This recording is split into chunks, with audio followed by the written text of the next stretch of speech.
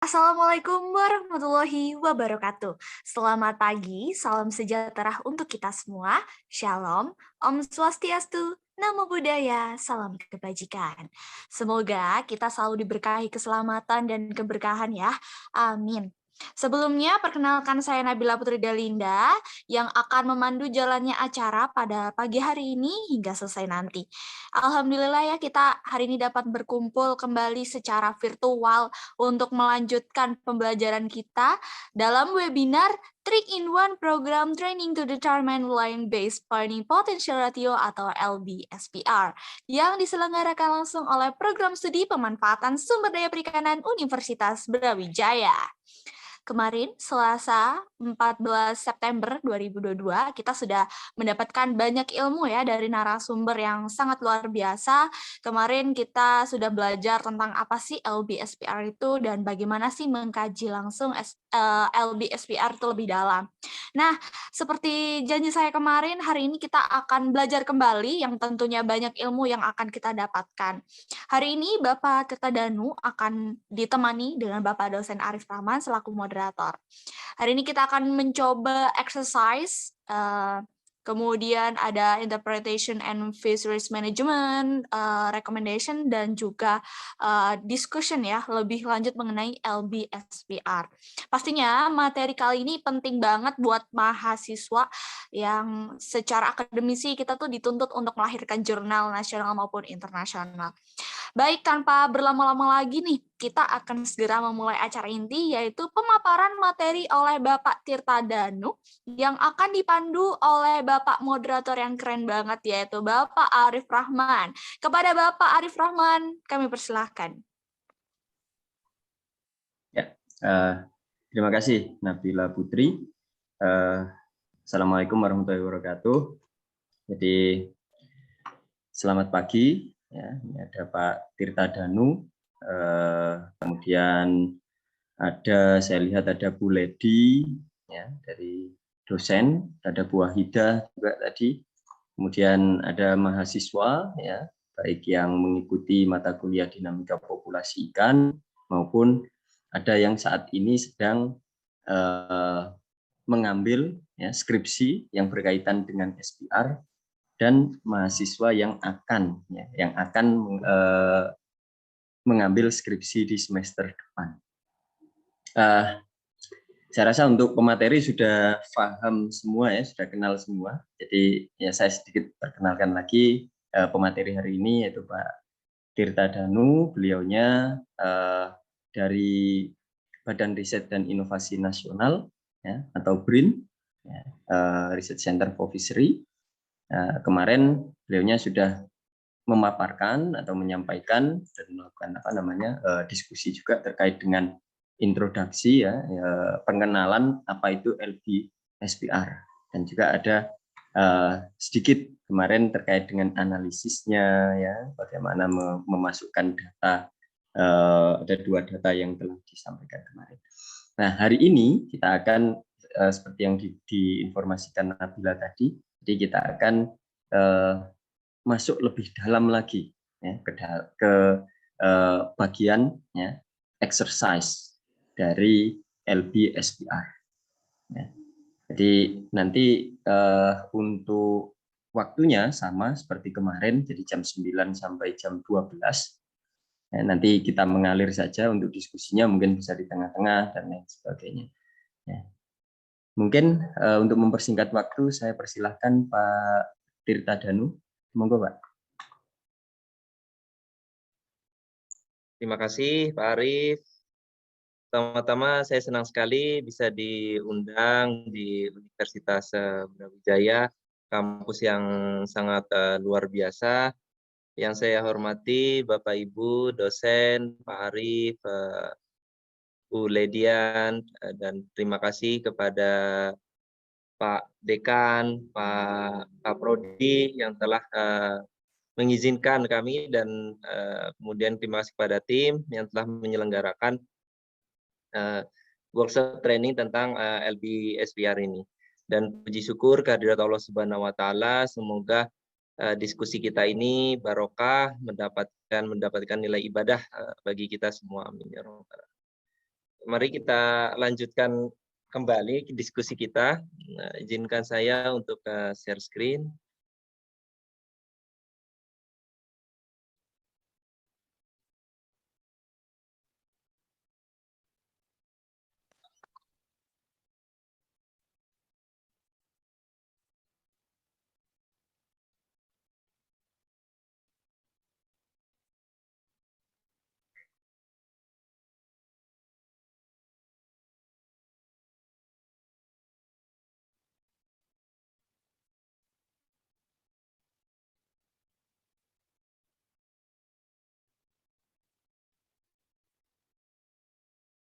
Ya, kemarin kita sudah membahas terkait dengan pengenalan apa itu LBSPR, kemudian bagaimana koleksi data dan analisisnya, dan insya Allah hari ini kita akan mencoba exercise, kemudian interpretasinya, dan bagaimana hasil dari SPR itu kita bisa gunakan untuk Fisheries Management Recommendation, dan kemudian mungkin nanti akan lebih banyak tentang diskusi bersama. Dan saya coba review mungkin beberapa sekitar 10 menit beberapa penjelasan dari kemarin, yaitu bahwa kita ketahui bersama bahwa biomasa di alam itu bertambah karena adanya pertumbuhan. Semakin besar ikan, semakin berkontribusi terhadap biomasa, kemudian ada rekrutmen akibat reproduksi ikan, kemudian nanti penurunan dari biomasa itu karena adanya kematian di sini ada kematian alami, dan kematian karena penangkapan. Dan tentunya tidak hanya ini yang menyebabkan perubahan pada biomasa, tapi juga ada pengaruh dari lingkungan. Dan LBSPR ini merupakan salah satu model dalam kajian stok, di mana kajian stok ini intinya minimal itu ada 2 tujuan, yaitu yang pertama adalah mengetahui status stoknya, dan yang kedua adalah bagaimana dari status stok dan manajemen reference point itu kita buat untuk pengembangan model pengelolaannya. Kemudian untuk SPR ini ada di sini, tentunya banyak sekali model-model dalam kajian stok, seperti tadi Pak Arief sudah menyebutkan bahwa mahasiswa di sana sudah sangat mengenal apa itu surplus production model, dan kemudian ada juga yield per acre analysis, dan yang dibahas di sini sekarang adalah land-based spawning potential ratio. Apa saja data yang dibutuhkan? Jadi dari data yang sangat terbatas, yaitu hanya data komposisi ukuran, dan kita mengetahui beberapa parameter life history, kita sudah bisa merana land-based spawning potential ratio ini untuk mengetahui status stok dari sumber daya ikan yang kita kaji. Kemudian di awal Pauli menyebutkan tentang rekrutmen overfishing. Apa itu rekrutmen overfishing? Bahwa spawning stok biomass itu di alam akan semakin berkurang dengan adanya penangkapan, dan jika spawning stok biomass ini terlalu kecil, maka tidak akan cukup untuk memulihkan dengan reproduksinya. Kemudian bagaimana cara mengukurnya? Goodyear di tahun 1993 ini mengenalkan tentang konsep spawning potential ratio, yaitu adalah suatu metode, suatu ukuran untuk mengetahui dampak fishing mortality, untuk mengetahui produktivitas dari ikan yang kita kaji. Kemudian berapa persen kita bisa habiskan di alam itu sampai titik tertentu, yaitu proksinya itu 40%. Jadi paling tidak kita menyisakan 40% spawning stock biomass di alam agar populasinya dapat kembali pulih. Kemudian untuk perikanan multispesies seperti misalnya di Indonesia ini yang banyak sekali spesiesnya, kemudian dalam satu alat tangkap tertangkap banyak sekali spesies, maka kita tentukan the weakest stock. The weakest stocknya ini adalah ikan yang memiliki SPR paling kecil, bisa kita gunakan sebagai indikator stok. Kemudian di tahun 2015, Ording mengenalkan tentang konsep dari land-based spawning potential ratio. Jadi yang namanya rasio besarannya dari 0 sampai 100% dan thresholdnya adalah 40% yang digunakan. Jadi tujuannya adalah untuk mengetahui status stok dari recruitment overfishing. Dan ada dua parameter yang dimainkan di sini adalah fishing mortality dan selectivity. Jadi LBSPR itu adalah metode untuk mengetahui atau menganalisis rasio potensi pemijahan dengan hanya data komposisi ukuran. Dan tentunya kita perlu mengetahui juga beberapa parameter life history seperti symptomatic length, natural mortality, growth rate, dan beberapa parameter lain seperti ukuran kematangan gonad, yaitu L50, yaitu ukuran rata-rata 50% populasi matang gonad, dan ukuran rata-rata 95% populasi matang gonad. Dan di sini adalah konsep dari LBSPR, yaitu ketika tidak ada penangkapan, maka pattern-nya akan seperti ini, komposisi ukurannya. Tapi ketika ada penangkapan, pattern-nya tentunya akan lebih suram. Dan perbandingan antara ketika ada penangkapan dengan tidak ada penangkapan di sini yang kita sebut sebagai SPR. Dan ketika misalkan tidak ada penangkapan, maka SPR-nya adalah tentunya 100% karena spawning stock biomass-nya tidak menurun akibat adanya fishing mortality, tekanan penangkapan. Kemudian SPR-nya akan semakin menurun sampai suatu titik yang bisa kita sebut sebagai F40%, yaitu fishing mortality yang menghasilkan 40% spawning stock biomass. Kemudian dari sini kita bandingkan dengan F current-nya. Jika F current-nya kurang dari F40%, maka tekanan penangkapannya masih tergolong cukup baik. Tapi jika sudah lebih dari F40%, maka sumber daya tersebut dapat dikatakan telah recruitment overfishing. Kemudian di sini adalah beberapa informasi terkait dengan apa saja data yang diperlukan. Paling tidak kita memiliki 1 tahun data ukuran panjang, kemudian kita perlu mengetahui von Bertalanffy growth parameters-nya, natural mortality, growth rate, L50 dan L95 ini. Ini bisa kita dapat dari penelitian-penelitian yang pernah dilakukan sebelumnya.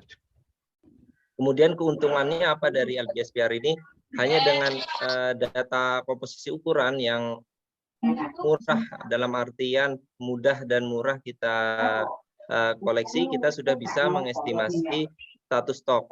Tentunya ada karena ini termasuk batas, mungkin ada yang bocor ya.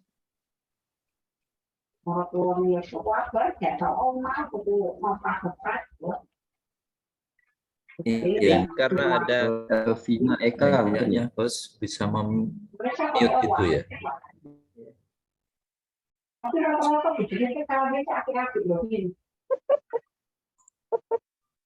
Elvina Eka ini bisa, siapa yang bisa mute ya?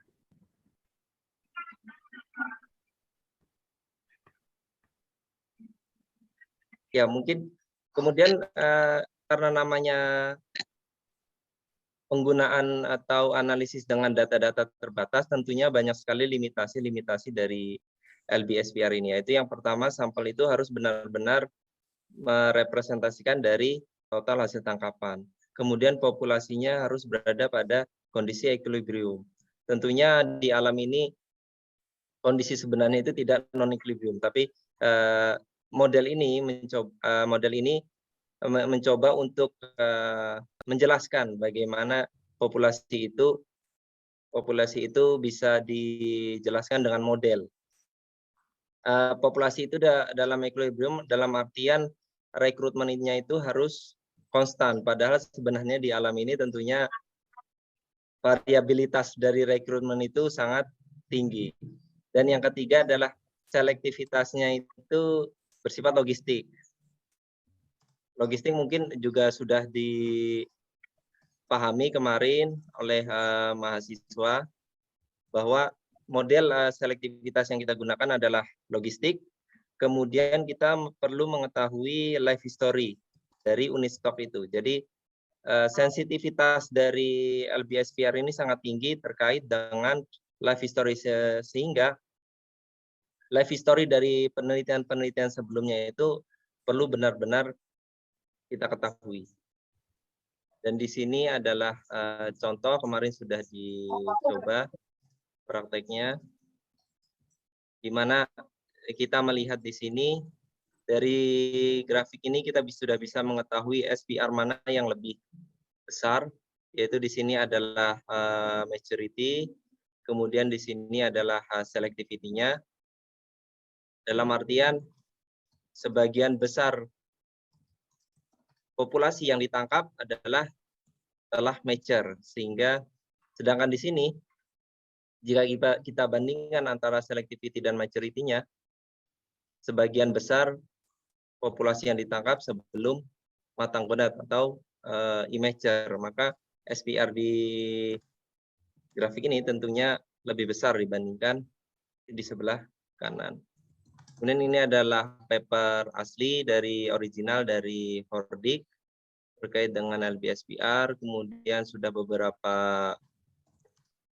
expert menulis terkait dengan LBSPR, contohnya OUT ini menggunakan 25 spesies ikan karang, di mana sebagian besar spesies ikan tersebut di bawah threshold 30% spawning potential ratio. Kemudian Prince ini juga salah satunya Pak almarhum Hawis Madupa juga mengaplikasikan LBSPR untuk blue swimming crab. Kemudian ini salah satu tulisan saya juga. Ini terkait dengan lobster di Gunung Kidul, di mana 3 spesies itu memang sudah di bawah SPR 40%, dan yang disebutkan di awal tadi pada perikanan multispesies, kita bisa perhatikan spesies mana dengan SPR paling kecil, lalu kita jadikan sebagai indikator stoknya. Dan dalam hal ini adalah lobster batu, Panulirus penicillium. Dan kemudian ini nanti mungkin kita akan bahas kemudian bagaimana menginterpretasikan hasil dari SPR. Kemudian dari natural mortality ada berbagai macam natural mortality, dan ini sangat sensitif terhadap hasil dari SPR. Kemudian dari catch curve ini yang sebenarnya ini bisa kita analisis dari menggunakan Excel biasa secara manual, dan sangat direkomendasikan bagi mahasiswa untuk melakukan analisis dari total mortality secara manual, karena dengan tadi dari Pak Arief menyebutkan bahwa mahasiswa banyak yang menggunakan program VISAT, karena apapun yang kita masukkan ke dalam VISAT itu pasti keluar. Jadi alangkah lebih baiknya jika kita secara manual mengestimasi dari total mortality ini, sehingga bisa mengetahui konsep dasar dari length converted catch curve. Dan di sini adalah area di mana selektivitas itu berada.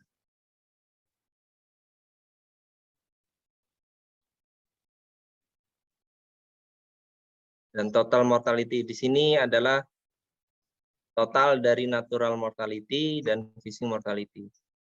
Dan apabila ketiga parameter mortality ini kita telah ketahui, kita bisa mengestimasi nilai dari exploitation rate. Tetapi exploitation rate ini tidak bisa kita gunakan sebagai parameter tunggal untuk mengetahui status stoknya, karena terlalu dini, karena ini hanya menggunakan parameter yang sangat sederhana, hanya perbandingan antara fishing mortality dengan total mortality-nya. Tidak memperhatikan adanya growth dan rekrutmen tersebut. Dan kemudian ini kemarin ada exercise, kita Coba kemarin datanya sudah saya share. Mungkin ada teman mahasiswa yang sudah mencoba mungkin sebelum kita lanjutkan terkait dengan LBSPR ini menggunakan Barefoot Ecologist. Dan atau mungkin nanti kalau ada pertanyaan sebelum kita lanjutkan lebih jauh. Ya, mungkin di sini ada beberapa contoh dari ini hasil dari beberapa spesies kajian terkait SPR. Ini kemarin dilaporkan saat meeting regional.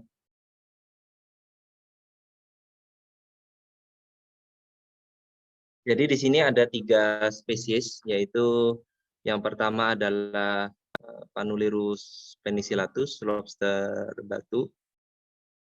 Kemudian yang kedua adalah Panulirus polypagus, di sini adalah lobster Pakistan. Dan yang ketiga adalah jenis kakap, yaitu Lujanus john.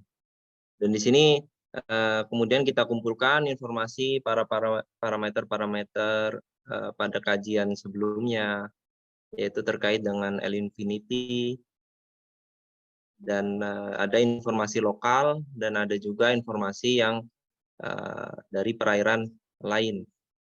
Ini kita masukkan saja di sini. Kemudian ada growth rate. Kemudian dari natural mortality-nya kita gunakan beberapa model, yaitu ada 3 model, yaitu model dari ZM di sini adalah model dari Chang and Megre, kemudian model dari Den, dan kemudian model dari Pauli. Dan kemudian nilai L50 dan L95-nya kita peroleh dari beberapa kajian sebelumnya. Ini bisa dengan informasi membedah pematangan gonadnya. Kemudian yang pertama yaitu hasil dari lobster batu ini di perairan Gunung Kidul. Kita ketahui bahwa maksimum age-nya adalah 6 tahun dengan growth rate-nya adalah 0,54 per tahun. Dan pertama yang kita perlu ketahui adalah sebaran panjangnya. Di sini yang pertama karena perbedaan antara jantan dan betinanya tidak begitu signifikan, maka bisa kita gunakan data campuran. Dalam artian grup tidak memisahkan antara jantan dan betina. Dan di sini kita coba lihat distribusinya, distribusi bulanan komposisi ukurannya. Di sini dari bulan Februari sampai bulan November. Kemudian di sini adalah panjang beratnya, di sini panjang dan di sini berat, tidak ada masalah terkait ini. Kemudian kita coba gunakan analisis LBSPR di sini, dan variasinya ternyata ada di sini ada nilai nilai SPR dari Panulirus penicillatus. Kita bisa ketahui bahwa penggunaan natural mortality dari berbagai metode itu menghasilkan keberagaman dari SPR. Oleh sebab itu penting sekali bagi kita mengetahui fisheries profile dari sumber daya yang kita kaji. Apakah perikanan misalkan perikanan di Gunung Kidul ini sudah dilakukan sejak lama. Dan yang pertanyaan yang kedua adalah kita perlu mewawancara nelayan. Mewawancara nelayan, apakah ada penurunan CPUE sebagai index of abundance di sana. Karena ketika saya tanyakan di perairan Gunung Kidul, nelayan-nelayan pada sebagian besar memang mengatakan bahwa sudah terjadi, oh nggak seperti dulu Mas, ini sekarang ini waduh udah banyak berkurang seperti itu. Nah ini namanya model, tidak ada satupun model itu yang benar. Kenapa? Karena pasti ada limitasi-limitasi yang di realita di alam itu sangatlah kompleks. Tapi bagaimana dari model ini bisa membuat model ini make sense terhadap hasil realita di alam. Seperti contohnya kita bisa lihat pengakuan dari wawancara dari nelayan bahwa memang CPUA-nya sudah menurun dan ini sudah dilakukan sejak lama. Jika kita menggunakan metode dari, kita bisa lihat di sini, menggunakan L infinity dari perairan yang jauh dari perairan Indonesia. Ini Enowetak ini mungkin di daerah Pasifik. Kemudian M yang digunakan adalah Pauli.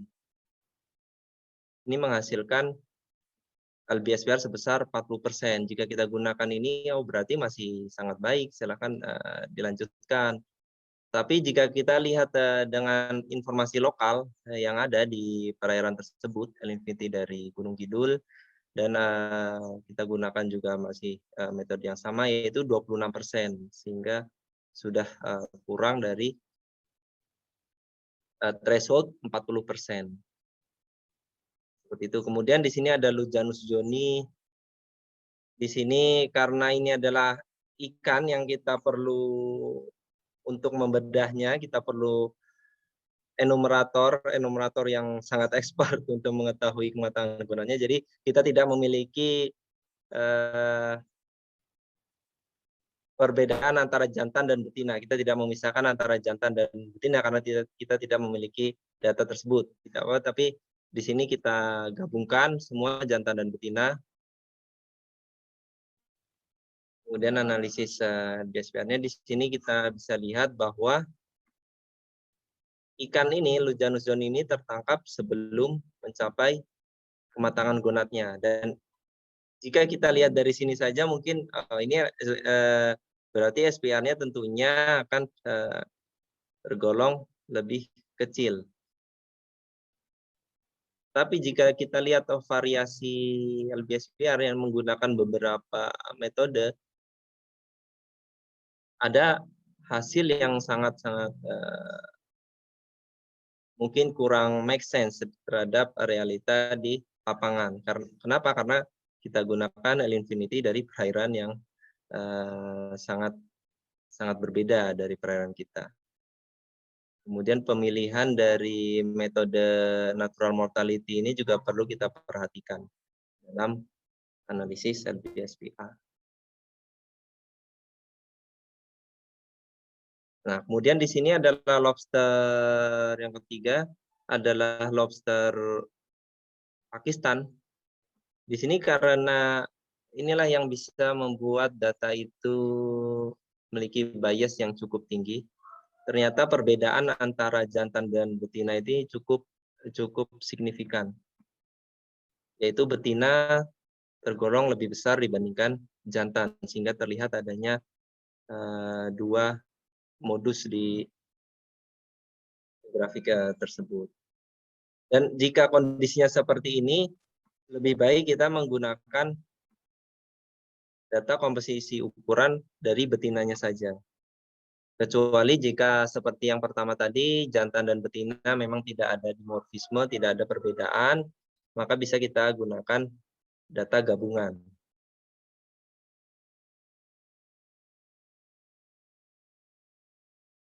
Dan di sini adalah hasil kebetulan variasinya tidak tergolong cukup signifikan seperti Lujanus joni tadi. Seluruh hasil dari SPR-nya ini kurang dari 40%.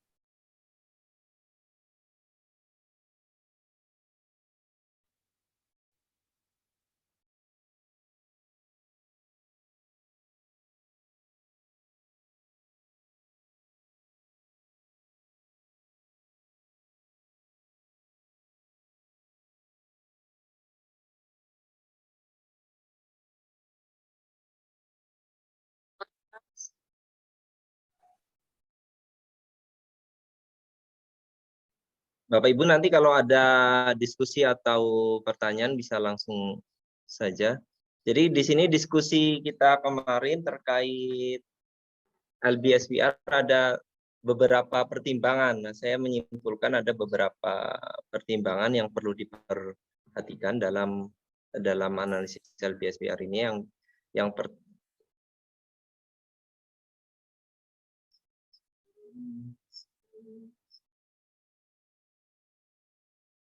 yang pertama adalah kita tentukan benar-benar spesies targetnya. Jadi yang pertama adalah unit stok. Kita pastikan bahwa sampling kita itu mewakili dari distribusi spesies target tersebut. Seperti misalnya kita ambil lobster, tentunya lobster distribusinya juga tidak jauh seperti, dan ikan karang juga distribusinya tidak jauh seperti jika kita bandingkan dengan tuna, sehingga tentunya sampling yang kita aplikasikan itu lebih mudah untuk local species. Untuk LBSPR ini memang lebih cocok untuk spesies-spesies lokal. Yang kedua adalah fishing gear-nya, yaitu fishing gear yang kita ambil atau kita gunakan ini harus bisa merepresentasikan dari total komposisi ukuran. Jadi ukuran ikan yang dari ukuran yang kecil hingga ukuran yang besar harus bisa direpresentasikan dari fishing gear ini. Ini tidak dianjur, sehingga analisis LBSPR ini tidak dianjurkan untuk misalkan di dalam perairan, misalkan di Tarakan misalkan. Ada 2 alat tangkap untuk menangkap ikan kakap merah. Yang pertama menggunakan gillnet, yang kedua menggunakan pancing rawa yang sangat selektif. Maka lebih baik kita gunakan gillnet, hasil-hasil ukuran distribusi dari gillnet ini, karena gillnet bisa merepresentasikan ukuran dari yang terkecil hingga yang besar. Kemudian yang ketiga adalah kita pastikan bahwa data itu kita ambil secara random sampling. Karena kemungkinan terjadi adalah ketika nelayan mendaratkan hasil tangkapannya di pelabuhan, itu sudah dilakukan sorting, yaitu sudah dipisahkan antara ikan-ikan berukuran kecil, ikan-ikan berukuran sedang, ikan-ikan berukuran besar, dan ini bisa menjadi bias yang tinggi terhadap hasil dari SPR. Kemudian yang keempat, kita perlu perhatikan tentang fisheries profile-nya. Kita tentunya perlu mewawancara nelayan, bagaimana terkait tadi dari CPUE-nya, dan perlu kita ketahui juga terkait dengan sudah berapa lama, apa saja alat tangkap yang digunakan, itu penting untuk dilakukan. Dan yang kelima adalah kita benar-benar memahami life history dari target spesies, karena ini sangat sensitif terhadap hasil dari LBSP. Mungkin kita coba praktek aja dari yang hasil.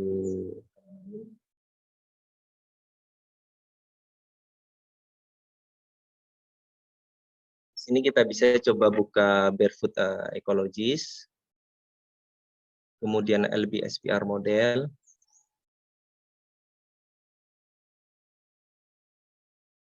Oh ya, sebelumnya di sini juga ada natural mortality. Di sini di paket Barefoot Ecologist ini, jika kita ingin mengetahui natural mortality dari berbagai spesies terkait dengan spesies yang kita kaji. Misalkan di sini adalah ikan senangin. Pak Tirta Danu belum di share screen, Pak. Oh, belum ya? Ya, belum. Yang tadi udah ya, Pak? Yang kalau sebelumnya yang tadi sudah, yang ya. apa namanya, iya. PPT tadi sudah. Ya. Oh iya. Oh ya, mungkin saya ulangi lagi. Ya. Jadi di paket Barefoot Ecologist ini tidak hanya LBSPR, tapi kita juga bisa mengetahui natural mortality-nya dari spesies yang kita kaji. Di sini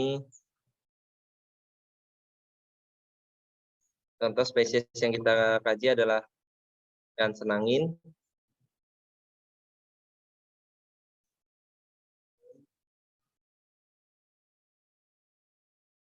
Kemudian kita tahu bahwa longevity-nya atau maksimum age-nya adalah 10 tahun.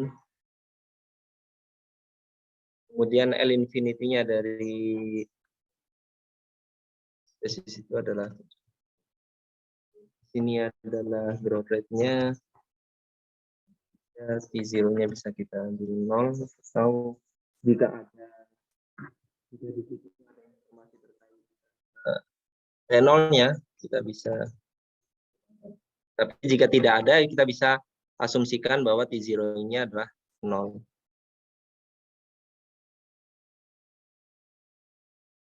Dari sini kita bisa lihat bahwa adanya beberapa variasi dari natural mortality di sini, yaitu seperti model dari Den 0,59, 0,54. Kemudian Cangen-Meigre estimasinya 0,6, karena ini adalah ikan pelagis, maka yang kita gunakan adalah demersal. Di sini adalah Cangen-Meigre pelagis, Cangen-Meigre demersal. Maka yang kita gunakan adalah demersal jika kita ingin menggunakan model dari Cangen-Meigre. Kemudian ada Pauli juga. Pauli di sini kenapa tidak muncul? Karena Pauli membutuhkan informasi terkait dengan temperatur di alam. Akan kita masukkan 29, 0,6. Cukup besar hasil dari Pauli. Nah, output dari nilai natural mortality di sini kita bisa gunakan untuk analisis sebagai input dari analisis LB-SPR.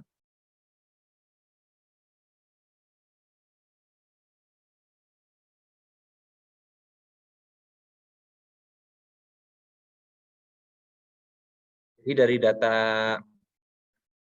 kita ambil saja yang satu natural mortality dari Pauli di sini 0,6. Kemudian yang kedua kita ambil Cangen-Meigre 0,3. Kemudian kita run di LB-SPR, paket LB-SPR.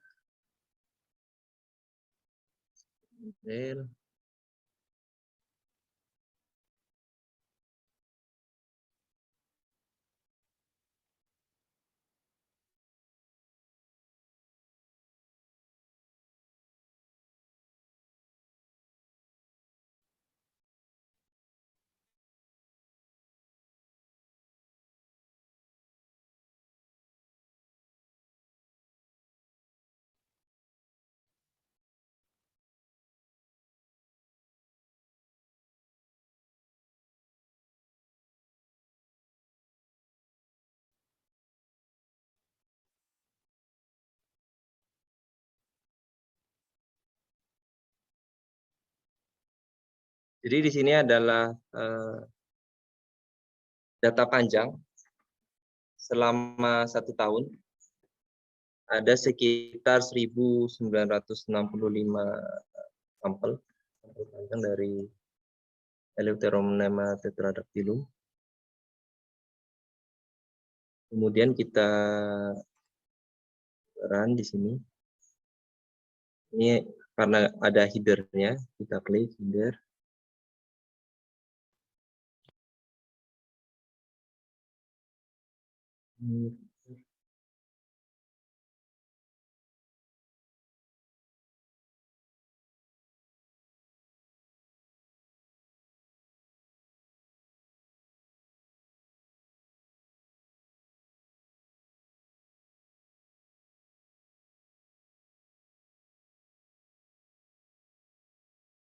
Ya, sebelumnya kita masukkan.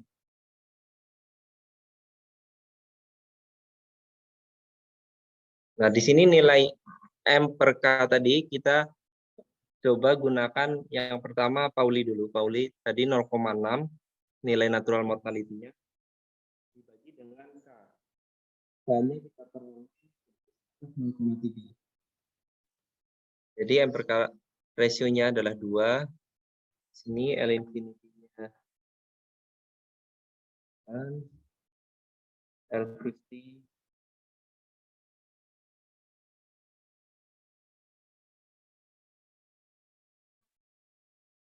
Dan ini juga bisa kita atur apabila kita ingin 2 cm misalkan.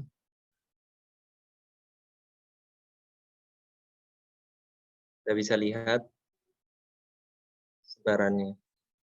3.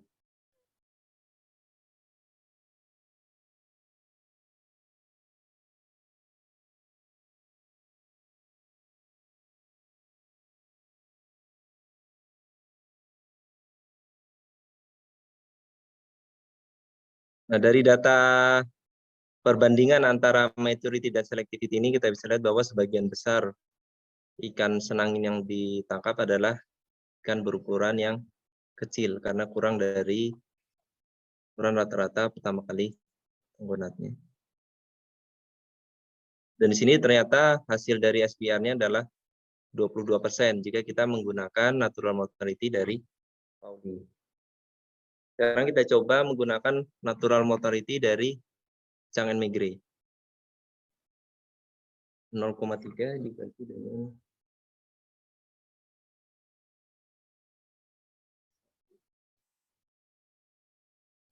M per K-nya adalah 1.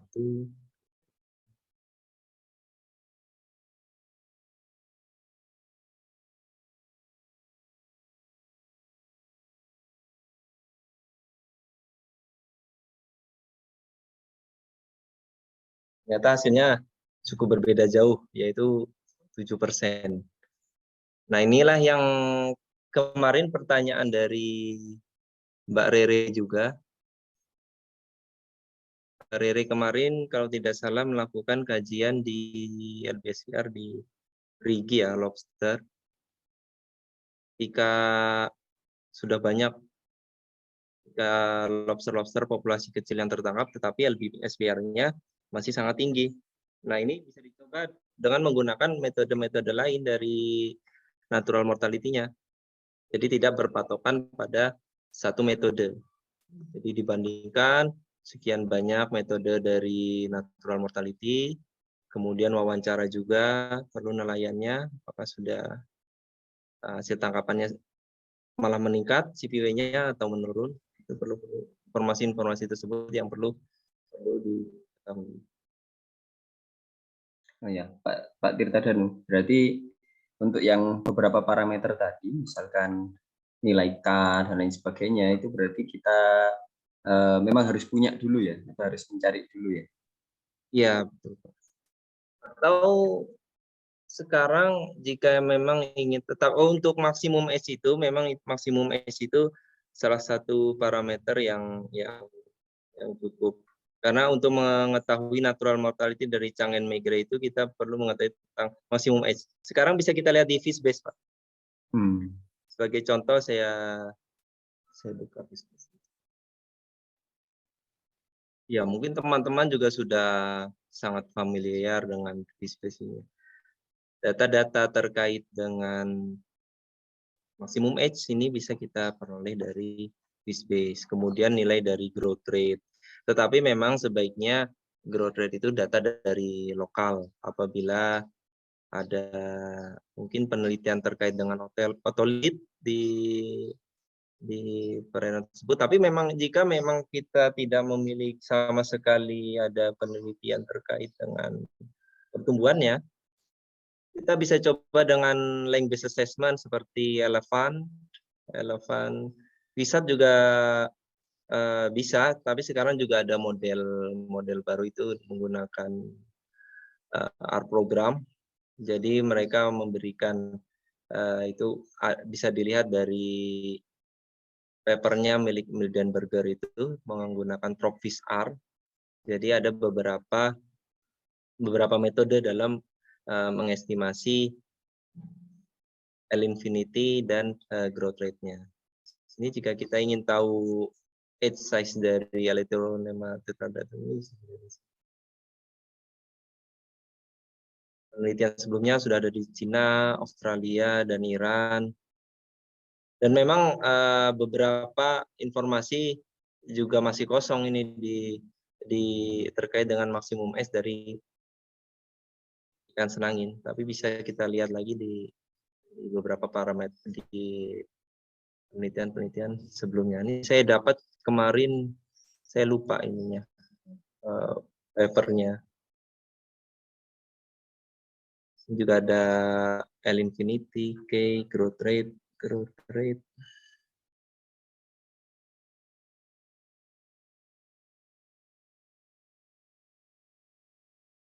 Ya, di sini terkait maksimum length, common length. Ya, seperti itu. Jadi kalau memang tidak ada informasi lokal, kita punya data panjang bulanan, bisa kita run dengan relevan, Pak. Oh, Tapi memang sangat penting dulu sebelumnya kita mengetahui life history dari spesies-spesies tersebut.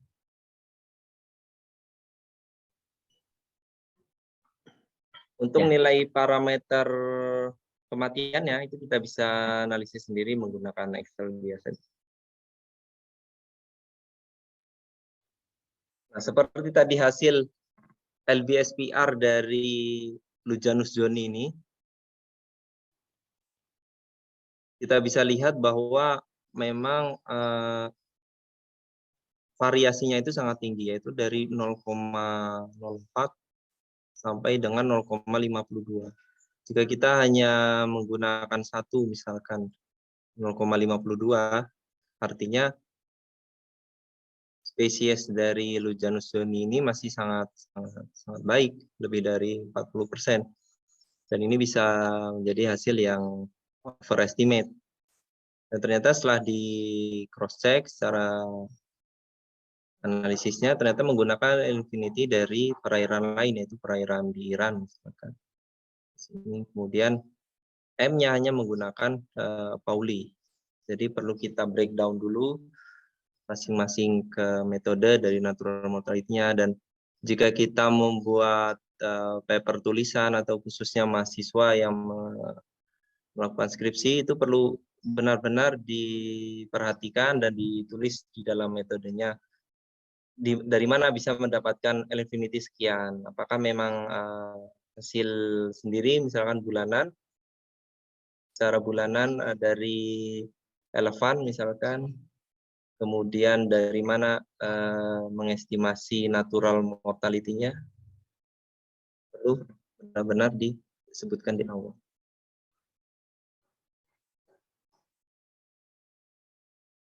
Sampai sini mungkin perlu break.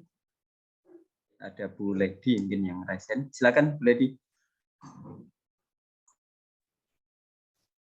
Ya, terima kasih Pak Danu sebelumnya atas materinya. Nah, ini saya agak sedikit mau tanya ini Pak Danu. Mungkin bisa disampaikan secara detail seperti itu. Jadi apa sih langkah-langkahnya gitu ya? Tadi sih sudah beberapa Pak Danu sudah sampaikan bagaimana menginterpretasikan atau bagaimana cara mendapatkan data-data tersebut seandainya tidak tersedia, kita tidak tersedia. Jadi beberapa alternatif tadi sudah disampaikan. Hanya saja mungkin yang perlu kita pahami bersama sekarang itu adalah kita untuk tadi saya sempat lihat website-nya gitu ya, website yang baru ya ini Pak ya. 2020 baru di-develop gitu ya. Mungkin bisa disampaikan secara detail gitu. Step-step apa sih yang kita masuk seperti apa, kemudian datanya memasukkan seperti apa, kemudian dari nilai-nilai tersebut mungkin juga sebagai refreshing juga untuk mahasiswa. Jadi sudah dapat tapi mungkin banyak yang lupa. Seperti itu, Pak Danu. Ya. Apa memungkinkan? Ya, terima kasih Bu Lady, pertanyaan yang sangat luar biasa ini dari Bu dosen nih. Jadi langkah-langkah terkait dengan LBSPR perlu saya. Ya, jadi yang pertama ketika kita akan menganalisis terkait dengan LBSPR. Jadi apabila kita sudah melakukan sampling secara bulanan, Minimal untuk LB-SPR ini memang yang disarankan adalah minimal data 1 tahun terkait dengan data ukuran panjang. Dan ukuran panjang di sini tentunya bermacam-macam. Misalkan dari lobster itu bisa dari karapas lengthnya, kemudian apabila ikan bisa dari fork length dan total length.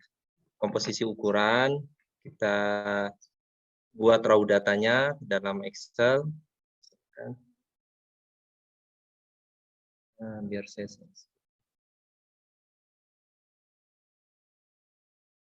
untuk anak meran di barefoot kita hanya perlu data length frekuensi. Kemudian yang kedua adalah data maturity-nya, dari data length at maturity-nya. Jadi yang pertama komposisi panjang, yang kedua adalah maturity-nya 50, 95 length at 50% maturity sama length at 95% maturity. Kemudian yang kedua adalah kita perlu tahu L infinity dan K-nya. Dari data 1, 2, 3 ini, kita perlu data longevity untuk mengetahui nilai M. Ini ke M. Jadi hanya dari data ini saja, kita bisa tahu analisis LB-SPR-nya untuk spesies ikan tersebut. Length frekuensi ini kita peroleh dari data di lapangan tadi secara random sampling. Kemudian LM50 dan LM95 ini jika kita punya referensi sebelumnya di beberapa paper, misalkan paper lokal terkait dengan LM50. Jika tidak ada, memang benar-benar LM50-nya itu kita tidak ketahui, kita bisa gunakan formula dari Froese. Ini bisa saya tampilkan. Ya, di sini adalah formula dari Froese untuk mengetahui LM50. Jika memang kita tidak benar-benar tidak ada informasi sebelumnya terkait dengan maturity. Ini ada papernya, saya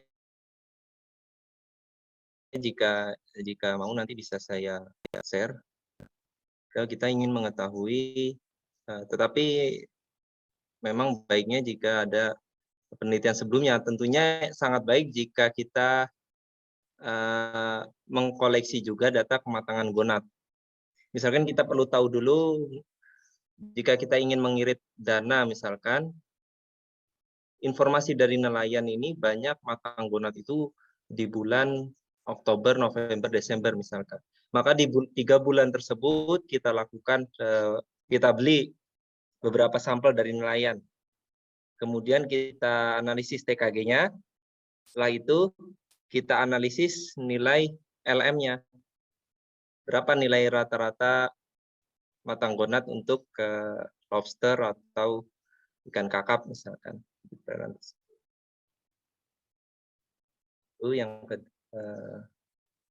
ini.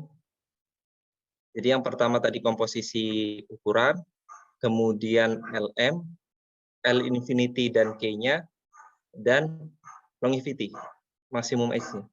Dari data-data yang sangat sederhana itu kita bisa estimasi nilai dari SPR. Tentunya ini sangat sensitif, nilai parameter life history itu tersebut tentunya kita tidak benar-benar kita pastikan benar, oleh sebab kita breakdown. L infinity sekian, reverse-nya ini hasil SPR-nya sekian.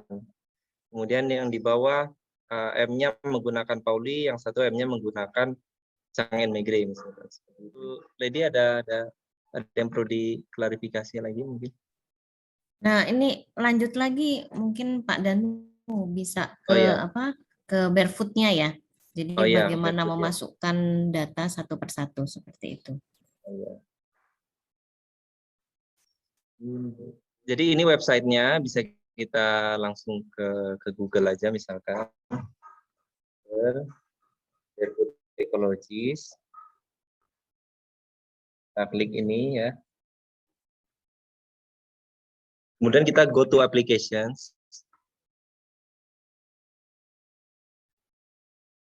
Kemudian natural mortality ini bisa kita estimasi langsung di Excel, di Excel juga, tapi di sini juga ada.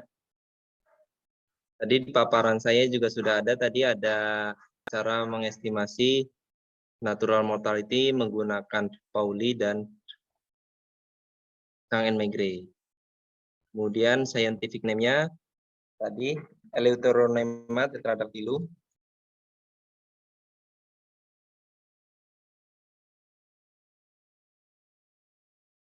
Kemudian longevity-nya tadi 10 tahun ini saya dapat dari paper sebelumnya, Bu. Nah, ada beberapa paper yang menyebutkan bahwa maksimum age dari senangin ini adalah 10 tahun.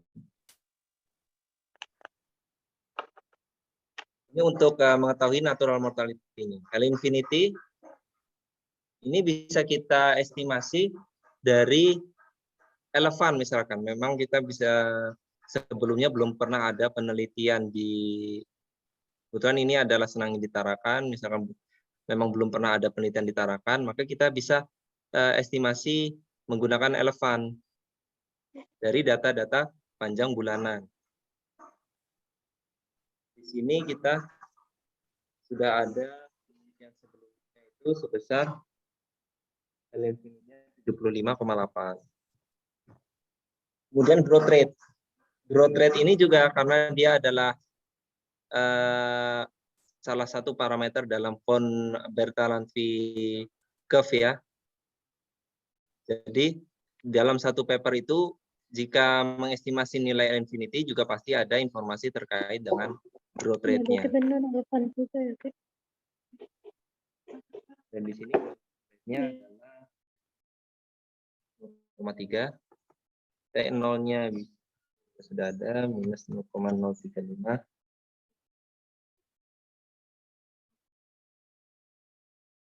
Water temperaturnya 29.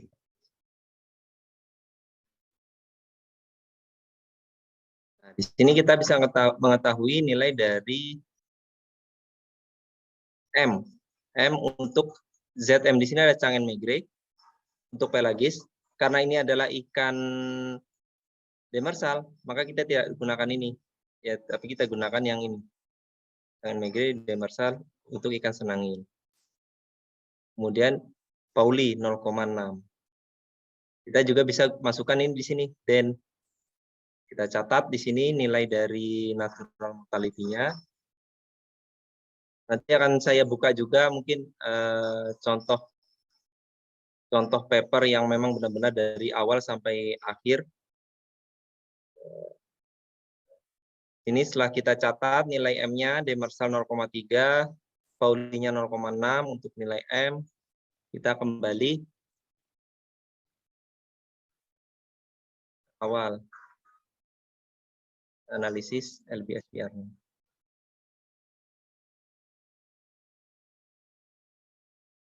Ya, di sini kembali barefoot, go to application, kemudian LBSPR model.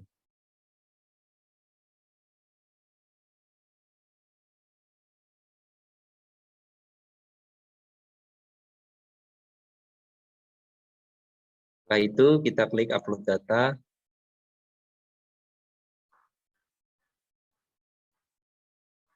Kita ambil data kita.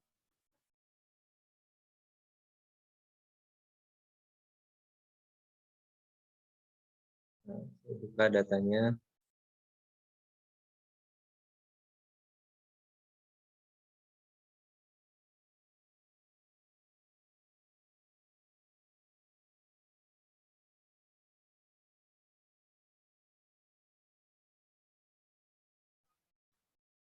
Ini bisa tahunan. Di sini misalkan kita, jika tahunan kita jabarkan saja di sini misalkan ini 2016, 2017, 2018. Kemudian di sini data ukurannya. Dan di sini ada data panjang. Ini adalah total length dari ikan senangin. Ini kita sampling bulanan menggunakan alat tangkap yang digunakan adalah gillnet.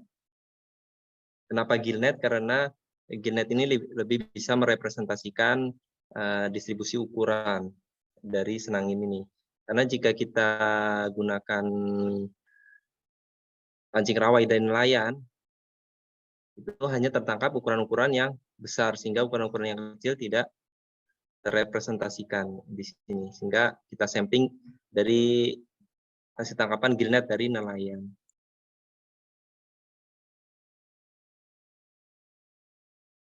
Ini datanya, kemudian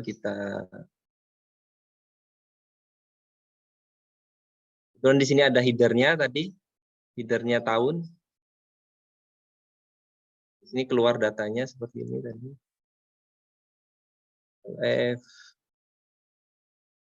Headernya ada, multi-year-nya kenapa fast? Karena kita hanya menggunakan data 1 tahun. Jadi di sini headernya sudah, length, koma, oke. Kemudian kita plot and fit model. Spesiesnya apa tadi? Eleutherorrhea tetradactyla. Kemudian M per K di sini adalah, kenapa ini menggunakan M per K? M per K ini terkait dengan life history dari ikan yang kita kaji. Jadi misalkan ikan yang kita kaji adalah spesies yang kita kaji adalah shark misalkan yang berumur panjang, maka M over K-nya tentunya lebih kecil, jauh lebih kecil dibandingkan dengan spesies yang kita kaji misalkan adalah ikan-ikan yang berumur pendek seperti sardin, layang. Sardin, layang tentunya M per K-nya lebih besar. Ini juga bisa kita estimasi saja M per K dari M-nya tadi kan 0,6 yang Pauli. Kemudian K-nya dari growth rate itu ada 0,3, masukkan 2 di sini M-nya 75,8. L infinity-nya di sini adalah L50-nya adalah 40. Kemudian kita klik plot. Ini bisa kita atur bin-nya.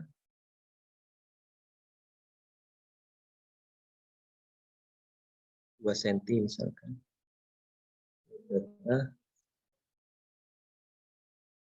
Lalu kita klik lagi fit model.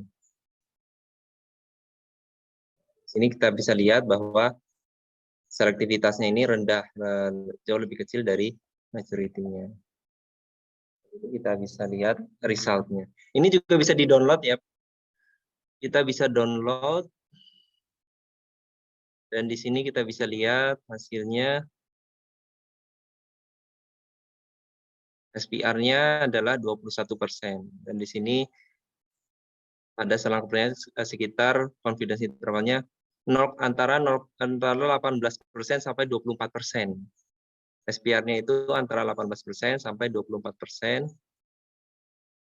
Kemudian di sini adalah selectivity-nya 31 cm. Di sini adalah 40 cm, selectivity 95-nya. Bisa kita bandingkan dari L50 kita, length at maturity. Length at maturity kita adalah 40, jadi tertangkap sebelum mencapai LM. Di sini adalah ukuran dari tekanan penangkapan. Jika Gulan menggunakan F per M ini adalah 1, jadi dianggap optimal itu menurut Gulan jika nilai fishing mortality-nya itu sama dengan natural mortality. Sehingga F per M yang optimal itu disarankan oleh Gulan adalah 1, tetapi di sini sudah lebih dari 1, maka dikatakan bahwa sudah cukup tinggi tekanan penangkapannya. Dan M over K-nya tadi, M per K, ini bukan M kali K, tapi M per K adalah 2. Kemudian di sini tadi kita L50, kita bandingkan dengan SL50-nya. Gambar-gambar dari barefoot-nya ini juga bisa kita download. Download di sini. Ya, tentunya ini baru satu analisis, kita perlu lihat dari banyak model natural mortality, kemudian infinity dari beberapa reference juga. Ini kalau misalnya Pak Danu, kalau seandainya kita tahu ada satu sumber daya gitu ya, kemudian tadi disarankan kan pakai gillnet gitu ya, alat tangkapnya gillnet, pilih yang gillnet. Nah, seandainya gillnet tersebut ada beberapa macam gitu dengan beberapa jenis mesh size gitu. Jadi ukuran mesh size-nya beda-beda gitu. Apakah itu memungkinkan ataukah kita gimana ini? Apakah itu dibedakan berdasarkan ukuran mesh size hasil tangkapan per gillnet atau dijadikan satu semuanya seperti itu? Ya ini pertanyaan ini juga kemarin dibahas Bu Lady yang di pertemuan regional kemarin. Untuk perikanan kita kan tentunya banyak sekali alat tangkap yang digunakan. Jadi dari berbagai macam alat tangkap itu memang lebih baik, baiknya ada beberapa skenario sebenarnya. Yang pertama, ketika ada banyak contoh tadi gillnet yang berukuran misalnya 2 inch, kemudian yang kedua 3 inch, dan yang ketiga menggunakan 4 inch mata jarinya. Kita lihat bahwa bagaimana distribusi ukurannya. Distribusi ketika, makanya selama kita sampling itu perlu juga raw datanya itu kita pisahkan antara masing-masing mata jari. Ketika gillnetnya itu 2 cm, maka dia akan menangkap ukuran yang lebih bervariasi. Dari ukuran yang kecil sampai ukuran besar mungkin akan lebih mewakili. Nah, itu bisa kita ambil gillnet yang ukurannya paling kecil. Disarankan untuk, karena bisa merepresentasikan ukuran dari yang kecil sampai hingga yang besar. Kemudian jika kita bisa kita bandingkan juga itu hasil gillnet yang ukuran kecil saja dengan gillnet yang ukuran 3 cm dengan 4 cm. Kemudian kita bandingkan juga gimana kalau komposisi ukurannya dari ketiganya. Nah, itu bisa menjadi paper yang cukup baik untuk kita membandingkan komposisi ukuran, limitasi-limitasi dari LBSPR ini. Jadi pada intinya alat tangkap itu harus mewakili ukuran yang terkecil sampai yang terbesar. Tentunya kalau kita hanya menggunakan data gillnet yang 4 cm saja itu tidak disarankan karena tidak mewakili ukuran dari yang terkecil. Kemarin juga ada ternyata dari Vietnam, kemarin data-data ternyata ada beberapa ikan berukuran kecil itu tidak didaratkan menjadi trash fish. Jadi ikan-ikan yang berukuran kecil dibuang kembali ke laut sehingga menimbulkan bias yang dicatat oleh enumerator hanya ikan-ikan berukuran besar. Ini sangat-sangat bahaya jika kita analisis. Jadi sebaiknya dipisah gitu ya Pak ya? Dipisah, Ya, datanya dipisah, kemudian hasilnya per mesh size tadi, kemudian dibandingkan begitu ya? Ya, dibandingkan. Jadi kita coba lihat. Jadi kita buat saja beberapa skenario, Bu. Yang pertama kita pisah, yang kedua kita gabungkan, bagaimana hasilnya. Yang terpenting adalah bisa merepresentasikan semua total hasil tangkapan tersebut. Kalau seandainya dalam 1 tahun itu Pak, ini masuk lagi Pak ya, kalau misalnya seandainya dalam 1 tahun itu kita tidak keseluruhan kita punya data kematangan gonad gitu. Jadi kita hanya length frekuensi aja gitu. Apakah itu memungkinkan atau tidak? Jadi misalnya hanya beberapa bulan kita lakukan observasi terhadap kematangan gonad. Apakah itu memungkinkan, Pak? Memungkinkan, Bu Lady. Seperti yang tadi saya sampaikan bahwa untuk kematangan gonad itu sebaiknya dilakukan jika memang dananya terbatas hanya di musim pemijahannya saja. Misalkan ikan kakap pemijahannya berdasarkan informasi dari nelayan ini 3 bulan, Oktober, November, Desember. Jadi bulan-bulan itu saja, 3 bulan itu yang kita ambil gonatnya tiap bulan untuk analisis LM. Bahkan jika memang benar-benar kita tidak punya data kematangan gonat, bisa kita coba gunakan formula dari Frost tadi. Jika kita memang benar-benar data-data kita ini sangat poor, sangat limited, tidak punya data kematangan gonat. Itu asumsi-asumsinya. Tentunya kita juga perlu tahu dari referensi-referensi sebelumnya. Satu lagi Pak Danu, maaf ini Ya. jadi rombongan. Jadi kalau seandainya misalnya lobster ya, lobster yang didaratkan itu kan ada beberapa jenis gitu ya. Kemudian tadi saya sempat dengar Pak Danu bilang mana yang SPR-nya yang terkecil gitu ya, kemudian dijadikan biomass indicator. Nah, itu bagaimana maksudnya itu Pak Danu? Mungkin bisa dijelaskan. Iya, ini nanti masuknya ke analisis multispesies ini, Bu Lady. Jadi ketika kita hanya mengambil dari 3 spesies, misalkan spesies lobster batu, lobster pasir, dan misalkan satu lagi lobster Pakistan misalkan. Dari ketiga spesies tersebut ternyata SPR-nya ini bervariasi dalam artian yang satu ini masih tergolong cukup baik misalkan. Yang satu misalkan lobster batu, ini SPR-nya 50%. Kemudian lobster pasir, SPR-nya 40%. Sedangkan lobster Pakistan, misalkan sudah 20%. Tentunya jika kita hanya mengambil salah satu, kita hanya mengambil tadi yang SPR-nya 50% saja bisa menjadi mismanagement. Oh, ini masih cukup baik. Karena kita tidak mungkin kan dalam satu misalkan perangkap itu, kita hanya bisa mengambil lobster yang SPR-nya 50% saja misalkan. Misalkan tadi lobster pasir SPR-nya 50%. Kita tidak bisa, jadi kita perlu satu spesies sebagai indikator stok. Ini sebagai saran pengelolaan. Kecuali jika memang ada alat tangkap yang benar-benar selektif by species. Jadi lobster yang 20% tadi tidak ikut tertangkap. Nah, itu bisa memang kompleks juga pengelolaan perikanan ini. Kalau untuk pengambilan data Pak Danu, nah ini tadi ada data Senangin itu apa? 2 tahun ya Pak? Atau setahun tadi? Senangin itu 1 tahun, yang 2 tahun Senangin. itu lobster bambu.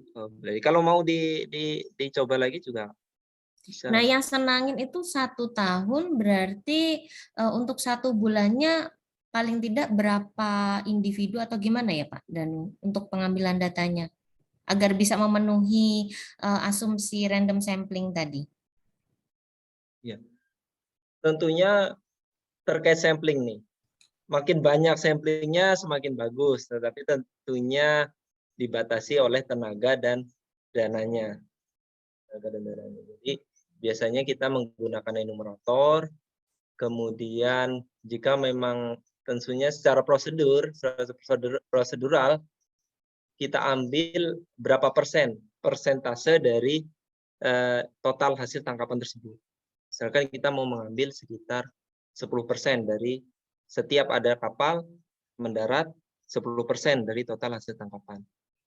Maka itu harus runut 10%, dan yang terpenting adalah ikan itu benar-benar kita ambil secara random sampling. Dalam artian sebelumnya tidak dilakukan sorting oleh nelayan. Jadi begitu ada nelayan menurunkan hasil tangkapan dalam basket, masih tercampur semua di situ, langsung kita ambil secara random sampling, masukkan ke basket kita, misalnya basket yang berukuran lebih kecil. Nah, ini menggambarkan 10% misalkan dari total hasil tangkapan tersebut. Nah, disitulah yang kita ukur. Karena kalau sudah di sorting ukurannya oleh nelayan, sudah tidak bisa lagi kita bukan random sampling.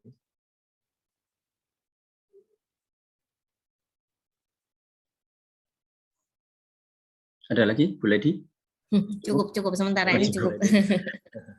Ya, mungkin sebelum lanjut ke materi selanjutnya ini, saya melanjutkan dulu sedikit dari pertanyaan Bu Ledi, Pak Danu. Ya. Ini kan kalau contoh kasus rajungan misalkan, kan ada juga ini, mungkin di sini juga ada beberapa mahasiswa yang kemarin menerima dana dari Aprios Competition. Nah itu saya coba lihat di buku di datanya APRI, mereka menyebutkan bahwa untuk perhitungan SPR itu mereka mengambil sekitar 700 ekor dan itu hanya betina. Apakah memang ada pertimbangan-pertimbangan khusus untuk menentukan itu? Dan apakah itu misalkan hanya kita ambil yang betinanya saja tanpa yang jantan, apakah nanti untuk proses misalkan kita mau masukkan di barefootnya ada perbedaan atau seperti apa, Pak? Ya, yang pertama ketika rajungan ini memang ada dimorfisme antara rajungan jantan dan rajungan betina. Sebagai contoh, saya contohkan dulu yang lobster ini, lobster batu. Kebetulan di lobster batu ini dimorfisme antara jantan dan betina ini tidak terlalu besar, sehingga bisa kita compile saja, tidak perlu kita pisahkan antara jantan dan betina. Tetapi berbeda halnya jika yang kita sampling seperti rajungan dan lobster, di sini ada lobster Pakistan, yaitu dimorfisme antara jantan dan betina ini sangat besar, yaitu di sini adalah jantan dan sini betina. Betinanya lebih besar dibandingkan dengan jantan. Maka jika ada kasus seperti ini, seperti rajungan juga dimorfismenya tinggi, maka sebaiknya betinanya saja yang kita gunakan untuk LBSPR. Jadi tidak disarankan untuk di-compile. Itu juga berdasarkan jenis gitu saja, Pak ya?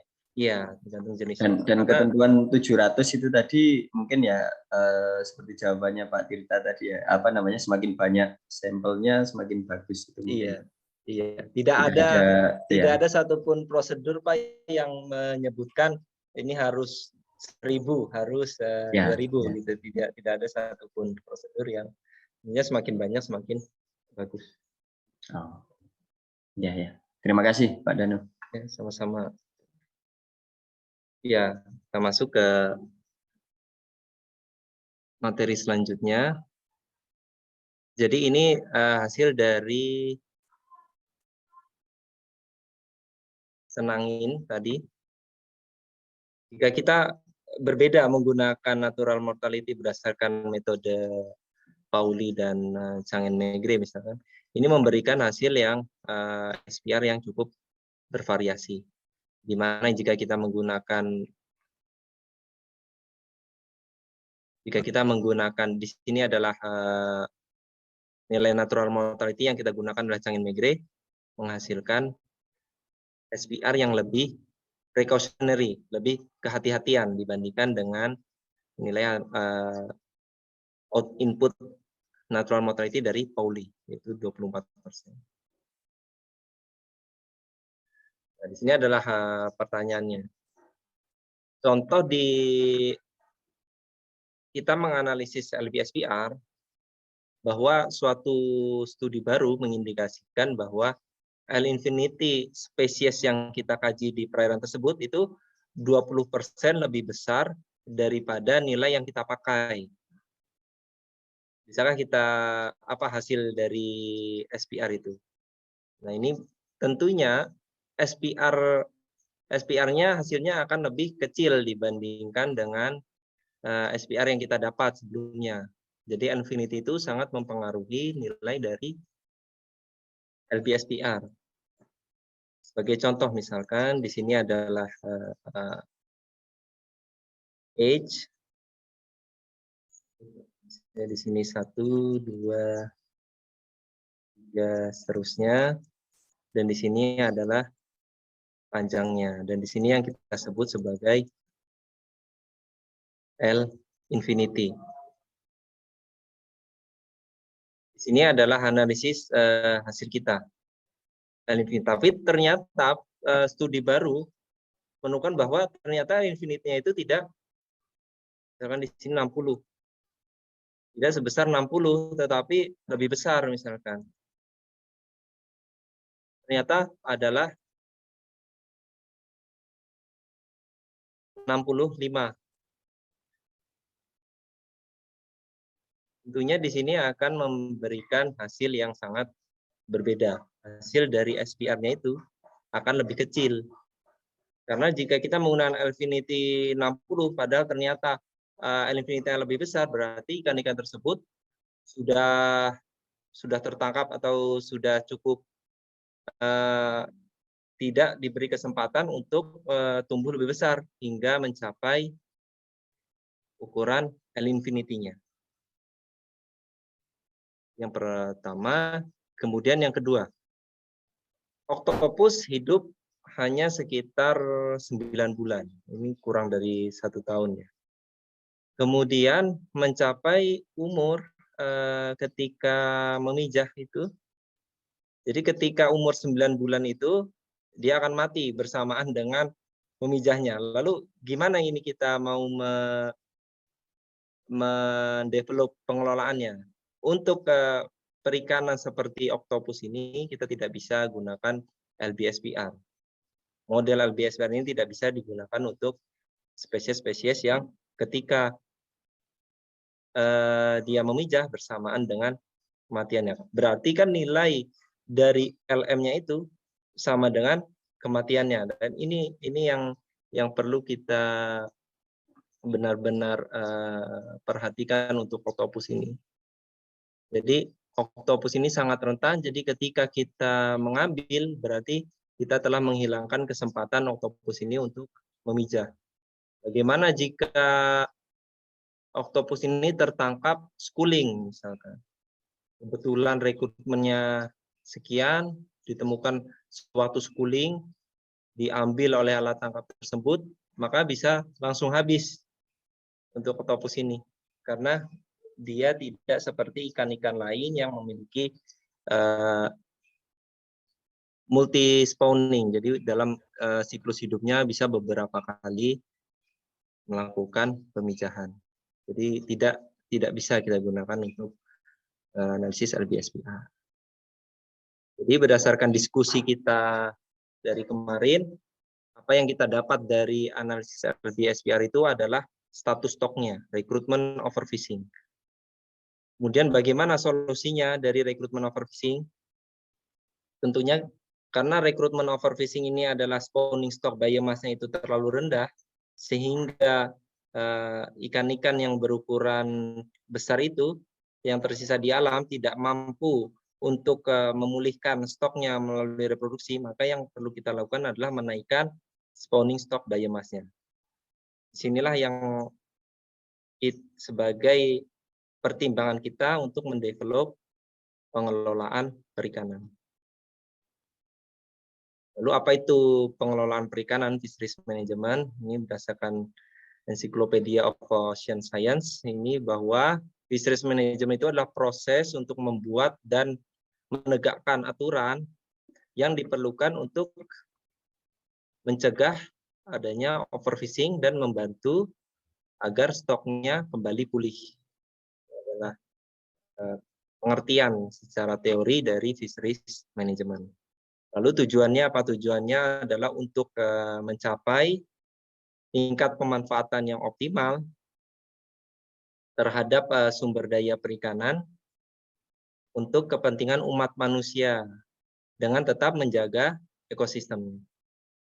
Jadi intinya adalah kita boleh melakukan eksploitasi selama eksploitasi tersebut tetap berkelanjutan dan tetap dalam kondisi optimal, dalam kondisi reference point-nya.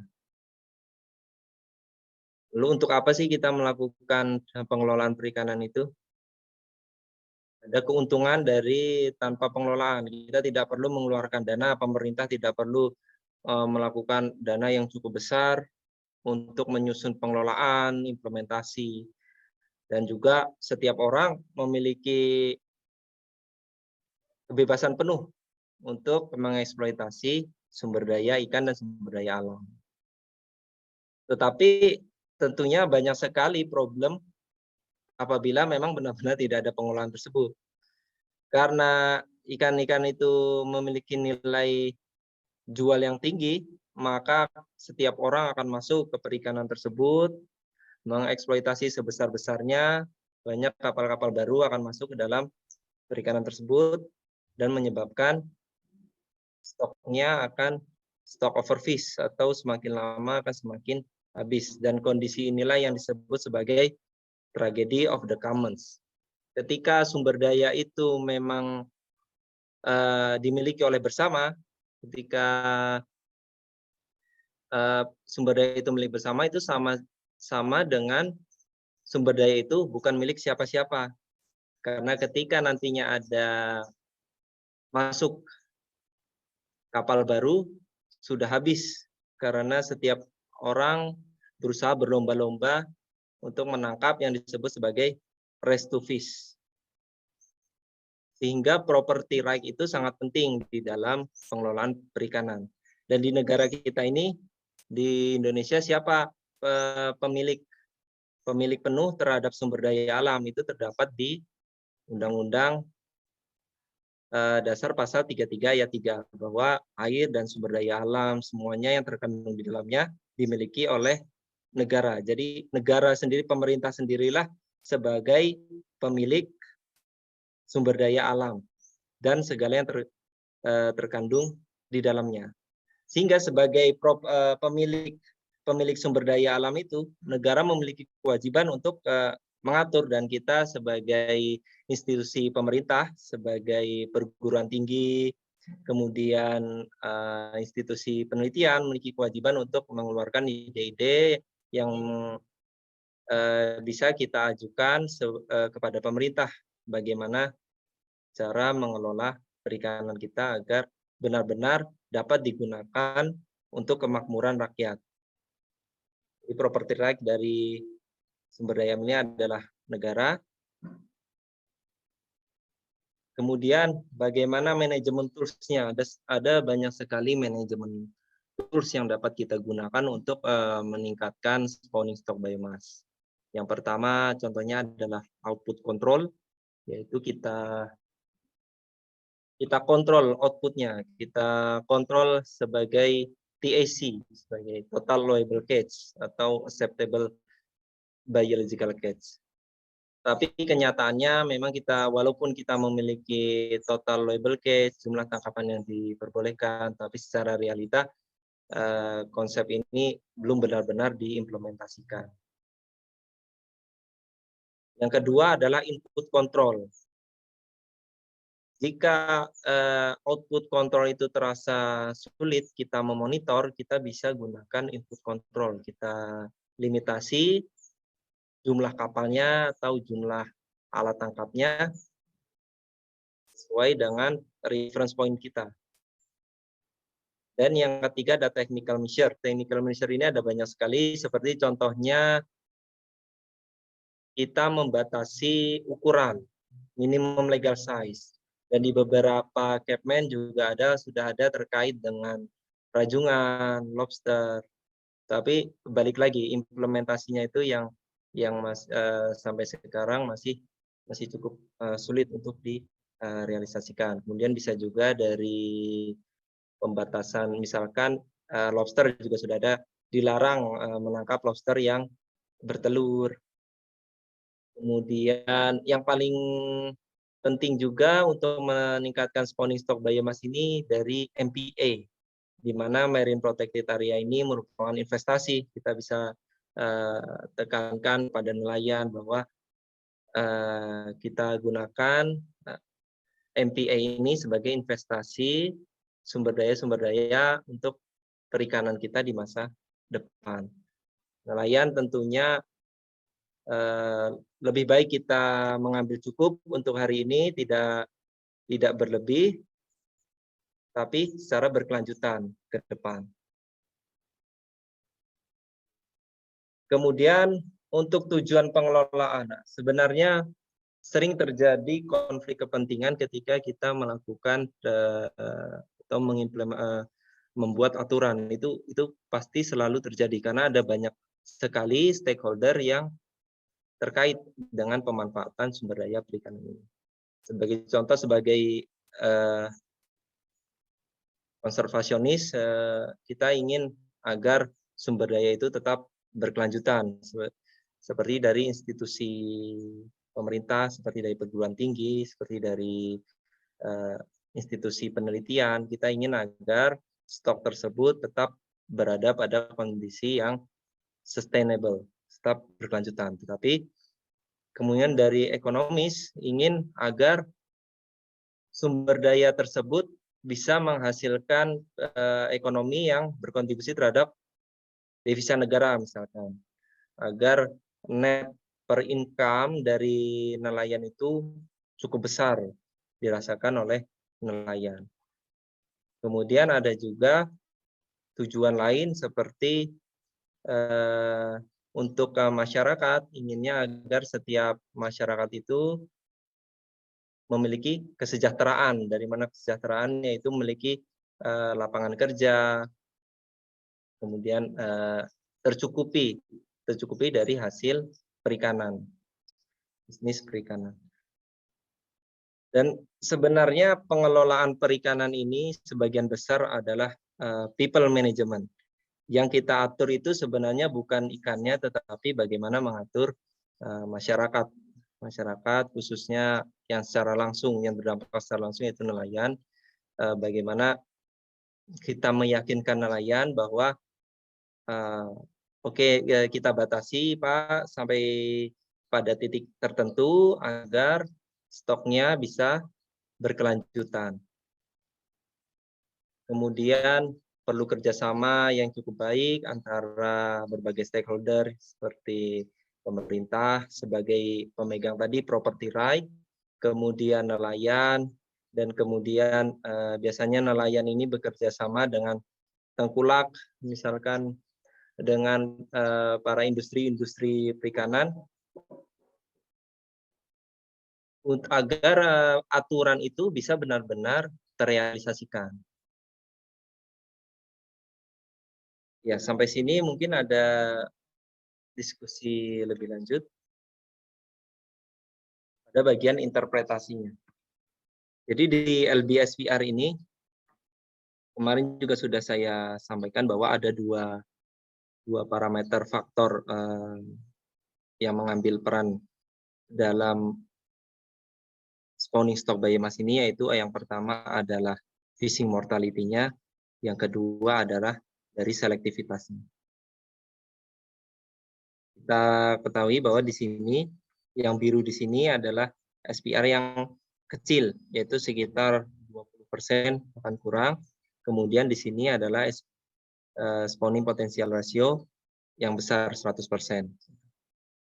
Jadi di sini adalah batasnya 0,2, zona ini adalah spawning potential ratio kurang dari 20%, dan di sini adalah spawning potential ratio kurang dari 30%, dan sini ada threshold-nya 40%. Jika kita naikkan, di sini adalah kondisi saat ini, yaitu artinya SPR-nya sudah kurang dari 30%. Jika kita naikkan fishing mortality-nya, tentunya SPR-nya akan semakin menurun. Dari zona merah di sini hingga ke zona yang berwarna biru. Zona yang masih, dalam artian merah di sini SPR-nya tinggi, masih sangat baik. Kemudian semakin tinggi fishing mortality-nya akan semakin menurun. Kemudian hubungannya dengan LC, selektivitas di sini, jika kita naikkan LC-nya, maka SPR-nya akan semakin naik. SPR-nya akan semakin tinggi, sehingga pengelolaan itu bisa juga berdasarkan ini, dua ini, fishing mortality dan selektivitas. Jika kita sudah bisa mengetahui optimal selectivity, optimal panjang tertangkap dari ikan tersebut, kita bisa gunakan minimum legal size dengan juga misalkan modifikasi alat tangkap. Penelitian-penelitian lebih lanjut perlu diarahkan ada tujuan tersebut. Atau kita bisa mengurangi fishing mortality-nya. Jadi di sini kita lihat ini kondisi saat ini. Jika kita ingin SPR 40%, kita perlu naikkan selectivity-nya ke area sini. Atau skenario kedua, kita kurangi fishing mortality-nya hingga sampai kondisi level ini. Ini adalah salah satu contoh paper saya dengan tim teman-teman, dan di sini dosen pembimbing saya dulu adalah Prof. Chang yang salah satu yang merekomendasikan dari natural mortality tadi, Chang and Megre. Jadi jika kita memiliki data panjang bulanan, kita bisa, dan di sini ada 3 spesies panjang bulanan-bulanan, kita bisa distribusikan tiap bulannya, kemudian kita gunakan elephant untuk mengetahui L infinity dan growth rate-nya. Tapi penting juga untuk mengetahui sebelumnya reference studies. Kemudian kita analisis, kita memiliki data panjang berat. Dari kita gunakan elephant ini kita bisa mengetahui pertumbuhannya, convergently growth curve-nya dari 3 spesies ini. Kemudian kita memiliki data panjang berat, kita bisa mengestimasi nilai natural. Di sini adalah length converted catch curve. Ini kalau kita ingin menggunakan secara manual analisis dari kajian stok. Ini secara dari awal. Tapi kalau dari menggunakan barefoot tadi, barefoot itu sudah bisa mengestimasi nilai dari total mortality semua. Jadi kita tidak memerlukan informasi terkait total mortality. Justru total mortality dari barefoot itu sebagai output. Maaf, Kemudian izin bertanya. Iya. Yang dimaksud Mas Danu secara manual itu apa yang ini ya, yang pakai template Excel iya, ya? iya. Oh, ya. Ya, masih.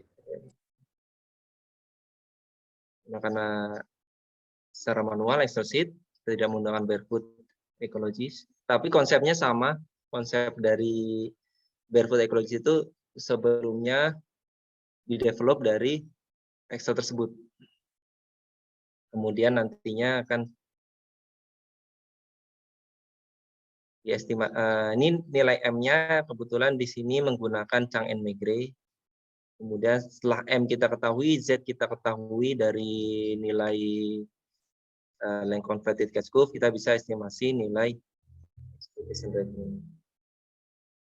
Dan untuk LM-nya kebetulan saya punya data kematangan gunatnya, lakukan pembedahan.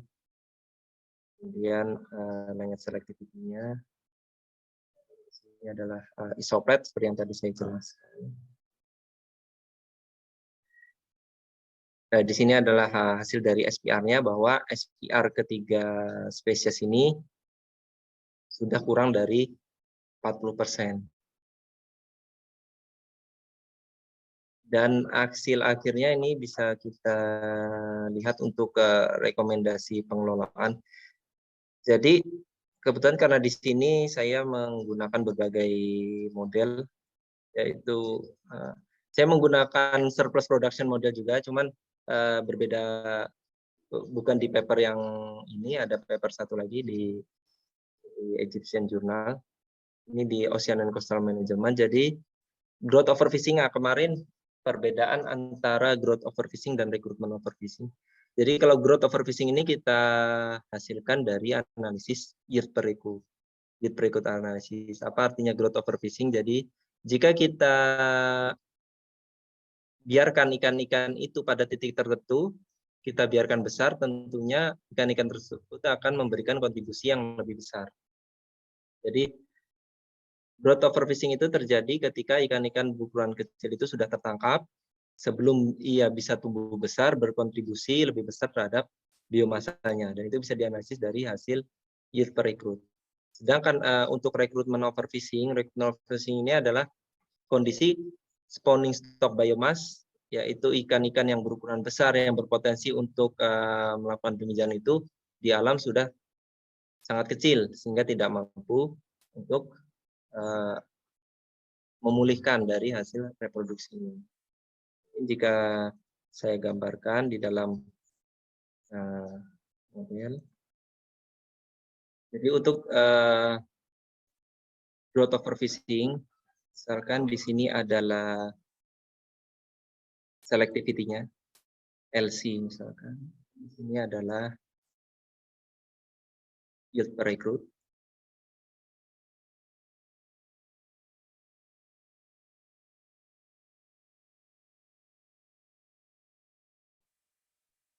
Ini panjang 5, 10, 15.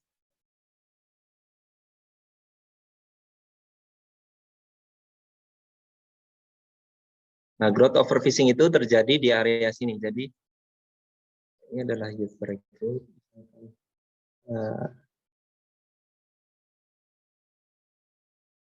Misalkan di sini 5 kg, misalkan 5, 10, 15, 20. Jadi nelayan akan misalkan kondisi saat ini di LC 10. Maka ikan itu akan tertangkap sebelum ia bisa berkontribusi lebih besar. Jika kita menunggu ikan itu tumbuh lebih besar, sekitar 25 cm, maka yield per recruit yang diperoleh akan lebih tinggi. Nelayan akan mendapatkan hasil tangkapan yang lebih optimal.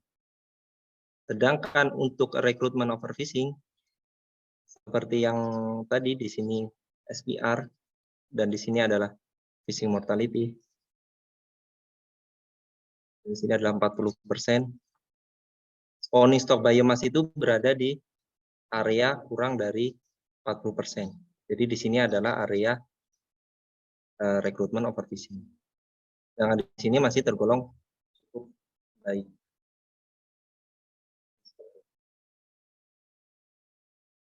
Ya, mungkin begitu Pak Arief, jika ada yang perlu didiskusikan kembali. Ya, terima kasih Pak Danu.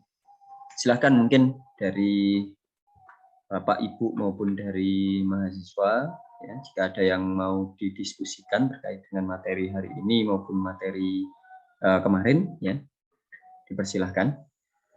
Tadi lihat isopetnya Pak Danu.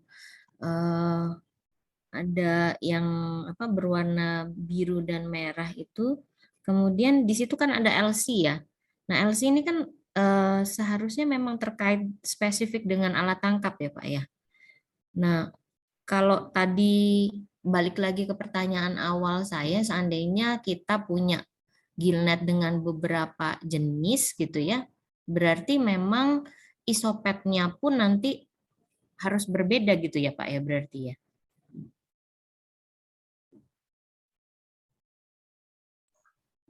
Pak Danu masih mute kayaknya. Oh ya, maaf. Iya, tentunya nanti di isoplet itu Bu, di pertimbangan kita.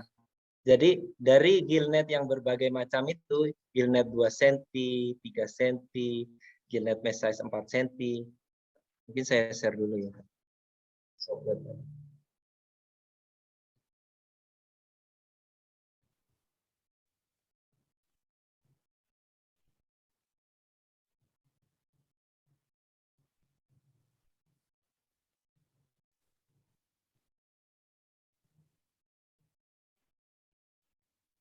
Ya, di sini. Jika kita menggunakan, misalkan di sana ada 3 gillnet tadi, mesh size 2 inch, 3 inch, dan 4 inch. Tentunya akan memiliki LC yang berbeda-beda. LC untuk yang gillnet 2 inch tentunya lebih kecil, mungkin akan lebih kecil dibandingkan gillnet yang 3 atau 4 inch. Dan kita perlu tahu kondisi saat ini F-nya itu ada di mana kondisi. Yang di sini adalah untuk lobster dari paper saya ini ada di sebelah sini. Jadi SPR-nya itu sekitar kurang dari 30%. Maka jika kita ingin meningkatkan SPR-nya, perlu kita naikkan LC-nya hingga menjadi sekitar 60 sekian, mungkin 65 sekian. Jadi sangat bagus jika kita memiliki data dari masing-masing alat tangkap tersebut, maka kita bisa tentukan selectivity dari masing-masing gillnet tersebut, dan untuk pengelolaannya misalkan ternyata gillnet 3 inch ini lebih tergolong cukup optimal untuk atau 4 inch ini lebih optimal untuk menaikkan spawning stock biomass. Itu driver yang pertama adalah LC dan yang kedua adalah visi mortality-nya. Kalau seandainya ada alat tangkap yang lain gitu Pak misalnya, nah apakah itu diabaikan atau tetap dimasukkan ke dalam observasi kita Pak? Jadi misalnya di satu daerah ada sumber daya tidak hanya ditangkap oleh gillnet tapi juga malah dominan ditangkap dengan alat tangkap yang lain. Apakah itu diabaikan? Padahal sayang ya Pak, karena banyak sekali gitu. Ya, inilah limitasi dari salah satu limitasi dari LBSPR itu, Bu Lady.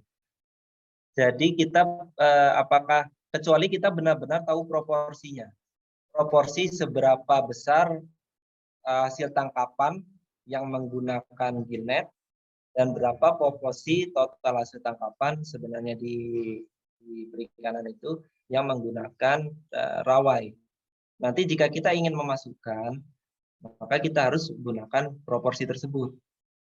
Kan ternyata 30%. Oh, ini dari lebih dominan yang mana? Apakah rawai ataukah gillnet?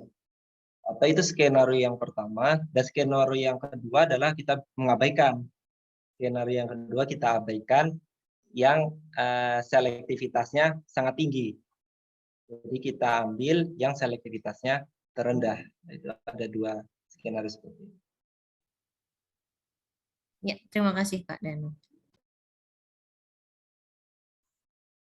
Terima kasih, Bu Lady.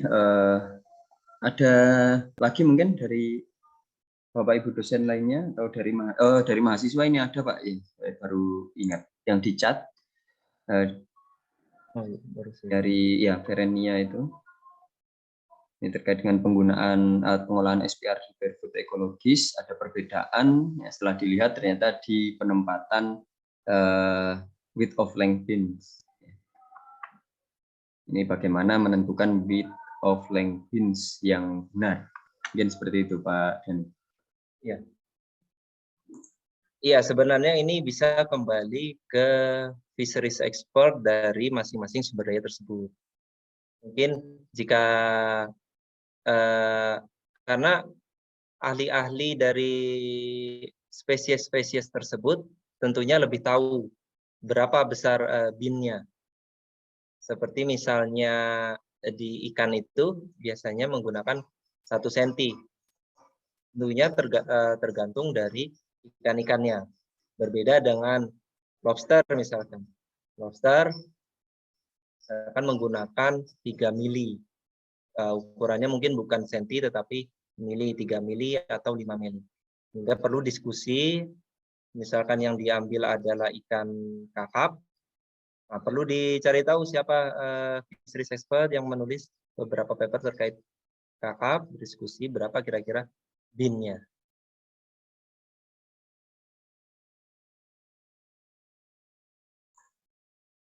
Ya, itu ya siapa ya. Verenia ya. Mungkin ada lagi yang lainnya.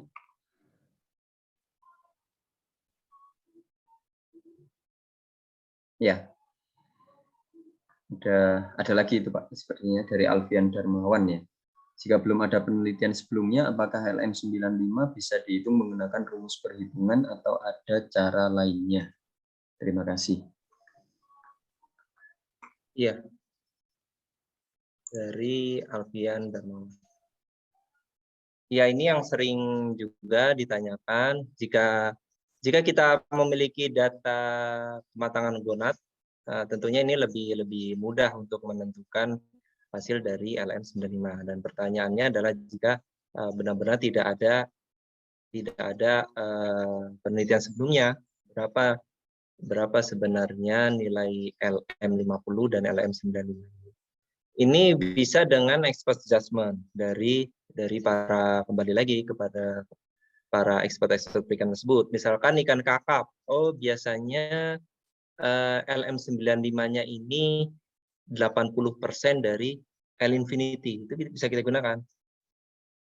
Yang terpenting adalah LM95 ini adalah tentunya lebih besar dari LM50.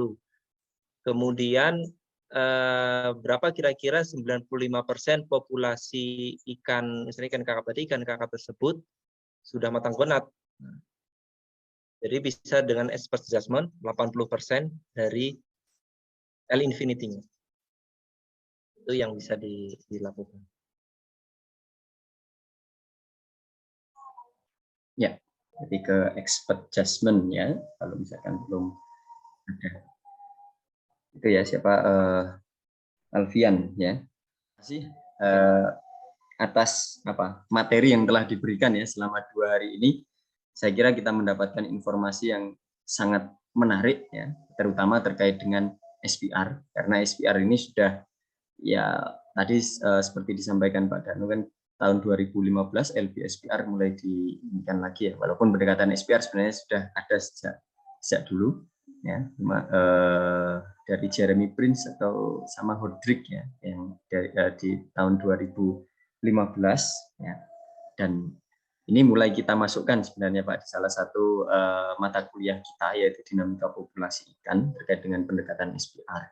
Cuma karena kita juga belum ada satupun dari kami yang istilahnya mendapatkan pelatihan terkait dengan SPR, jadi kita hanya berdasarkan dari sumber dari literatur yang kita baca. Makanya 3-in-1 ini mengkonfirmasi atau menguatkan apa yang kita pahami selama ini dari bahan-bahan bacaan. Jadi langsung ketemu dengan expertnya kan lebih enak istilahnya seperti itu. Terima kasih sekali lagi Pak Tirta Danu untuk sesi kali ini. Saya cukupkan, saya kembalikan kepada Nabila. Saya akhiri. Assalamualaikum warahmatullahi wabarakatuh. Selamat siang. Iya, terima kasih Bapak Tirta Danu dari Fisheries Researcher of Research Innovation Center atau BRIN, Republik of Indonesia, atas kesediaannya membedah LB-SPR kali ini. Sebagai mahasiswa perikanan sangat penting ya mempelajari LB-SPR ini, karena dengan mengkaji rasio potensi pemijahan ikan pada musim peralihan dapat memberikan evaluasi terkait satu stok dari sumber daya pengelolaan perikanan yang ada di perairan Indonesia. Selain itu, metode LB-SPR ini juga sangat penting bagi mahasiswa, terutama mahasiswa yang sedang melakukan penelitian gitu ya, dengan mempertimbangkan komposisi data panjang dari hasil tangkapan. Nah, apabila saya dapat simpulkan, parameter-parameter estimasi yang digunakan untuk menghitung nilai SPR adalah nilai selektivitas terhadap panjang dan juga rasio penangkapan terhadap kematian alami. LM atau Length at First Maturity merupakan salah satu data yang dibutuhkan untuk melakukan monitoring stok ikan pada jenis ikan tertentu di suatu wilayah yang dapat menunjukkan apakah ikan tersebut sudah tereksploitasi ketika masih juvenil. Wah, sepertinya agak berat ya, dan yang namanya belajar itu akan lebih paham dan nyantol gitu kalau kita praktek secara langsung. Kalau praktek pun paling enak tuh apabila didampingi juga dengan Bapak Ibu dosen sekalian. Apabila ada kesusahan, kita tuh bisa langsung mengonsultasikan kendala kita selama ini tuh apa. Apalagi tuh paling mantap kalau dibedah satu persatu gitu. Wah, bagaikan mendapat secara harapan gitu ya, kita jadi lebih semangat untuk mengerjakan tugas, ujian, atau bahkan skripsi sekalipun kalau kita paham materi kali ini. Semoga api semangat kita tidak pernah padam ya. Amin. Terima kasih kepada Bapak Arif Rahman yang telah memandu jalannya acara pada hari ini dengan sangat baik. Terima kasih juga kepada tim Panitia 3-in-1 program by PSPUB yang telah menyelenggarakan acara webinar yang sangat luar biasa. Semoga acara serupa bisa diadakan lagi, namun dalam keadaan yang aman dan juga kondusif pastinya. Semoga pandemi segera berlalu dan kita sehat selalu. Dan terakhir, terima kasih juga yang sangat banyak untuk teman-teman peserta 3-in-1 program yang telah mengikuti acara webinar ini mulai dari kemarin hingga hari ini. Semoga tetap sehat dan semangat ya teman-teman. Oke, berbekal materi dari acara webinar ini, semoga kita dapat memahami pentingnya LBSPR lebih dalam dan membagikannya kepada teman-teman kita yang lain, sehingga bisa menjadi ladang amalan baik bagi kita. Amin ya Rabbal Alamin. Terima kasih sekali lagi kepada Bapak narasumber, moderator, serta teman-teman yang telah mengikuti jalannya acara selama 2 hari ini. Oke, ini ada pantun nih dari saya. Pinisi disewa ketika fajar, buat liburan ke Pulau Nusa Tenggara. Jadi mahasiswa tak cuma belajar, tapi juga mengawal kemajuan negara. Saya Nabila Putri Delinda, mewakili panitia yang bertugas menyampaikan mohon maaf atas salah kata dan perbuatan. Kami pamit undur diri, sampai jumpa di lain kesempatan, dan wassalamualaikum warahmatullahi wabarakatuh.